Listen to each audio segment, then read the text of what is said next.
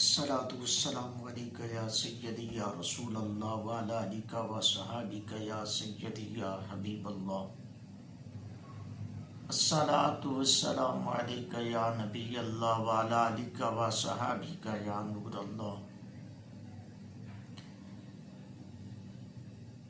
عمل سے زندگی بنتی ہے، جنت بھی جہنم بھی، یہ خاکی اپنی فطرت میں نہ نوری ہے نہ ناری ہے. اللہ رب العالمین نے ارشاد فرمایا یا ایھا الذین آمنوا ادخلوا فی السلم کافہ، اے ایمان والو اسلام میں پورے داخل ہو جاؤ. اس آیت مقدسہ کا مفہوم و ترجمہ یہ ہے کہ اسلام میں پورے داخل ہو جاؤ.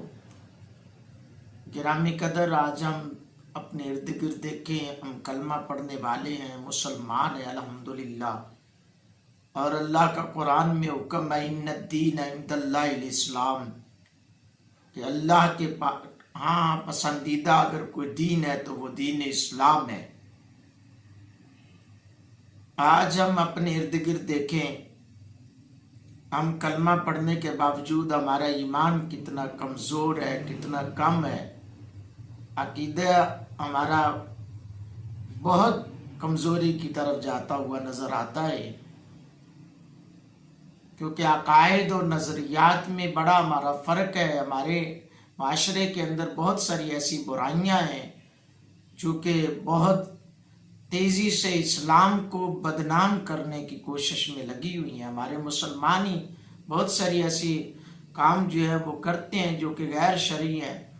سب سے پہلے میں آج کے اس دور میں بتانا چاہوں گا، یہ گود برائی جو ہے اس کا اسلام میں کوئی تعلق نہیں ہے، بلکہ دور تک کوئی نام و نشان نہیں ہے. لیکن ہمارے نام نہاد مسلمان بھی ہیں، یہ رسومات کرتے ہیں اور اس رسم میں شامل ہوتے ہیں. گود برائی کی جاتی ہے، اپنے گھر والوں کو لیا جاتا ہے بڑے شور شرابے کے ساتھ، اور وہ جا کر بلکہ تشہیر کی جاتی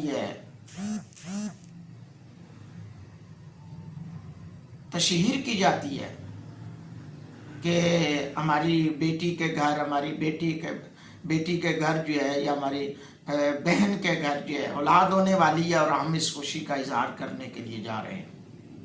بھائی یہ جو رسمیں ہیں یہ اسلام میں نہیں ہے، اس کا کرنا جائز نہیں ہے، اس کا منانا جائز نہیں ہے، اس کا انعقاد کرنا جائز نہیں ہے.